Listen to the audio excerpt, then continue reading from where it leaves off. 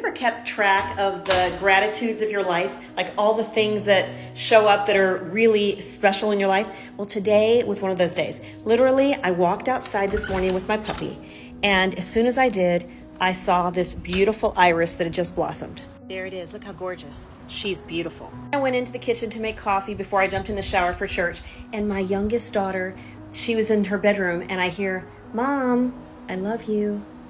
So my girls both were going to church with me, and that was making me very happy. So then we drive to church. Everything is lovely. We get to church, and I'm feeling spirit. I was feeling the spirit like nobody's business. I even did my vocal warm-ups before church today because I really wanted to just give it my all with singing, and it was, oh my God, it was so amazing. And then, hot to be outside.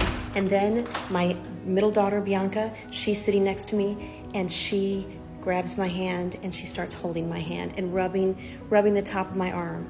It made my day.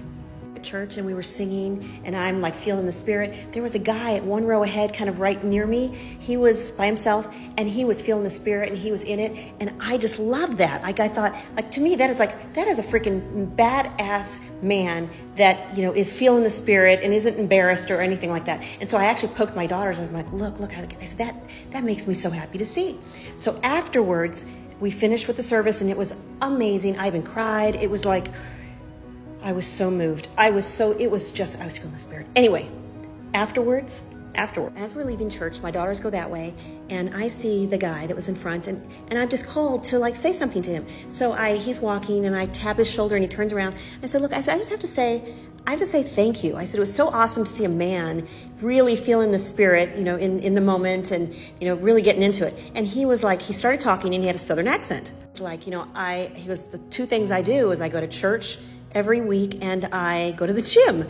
And he says, I'm traveling around the world. And I said, where'd you get that accent? He said, Kentucky. I said, I'm from Kentucky. I said, where are you from? And he said, I think it was Richmond. And I said, oh, I'm from Lexington. So we chit-chatted about that for a moment. But I said, you know, it's just beautiful to see that you were a man feeling the spirit. He goes, there is so much to be grateful for. There is so much goodness in the world, and I have to come and celebrate it every week. I introduced myself, said I'm Vanessa, and he said, hi, I'm Josh. And I said, that's awesome. I said, you know, good luck on your travels. He was going to, I think he was going to Yosemite next. Oh no, Yellowstone. He was going to Yellowstone.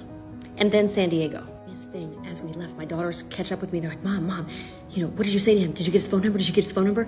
And I'm like, no, I didn't get his phone number. They're like, well, we were just thinking, you know, because, you know, he was really into the spirit, and he was kind of cute and young. And I'm like, no, I didn't do that. But I said, he's a really nice guy, and he is from Kentucky. Anyway, all that goodness, all that gratitude before 1 p.m. in the afternoon.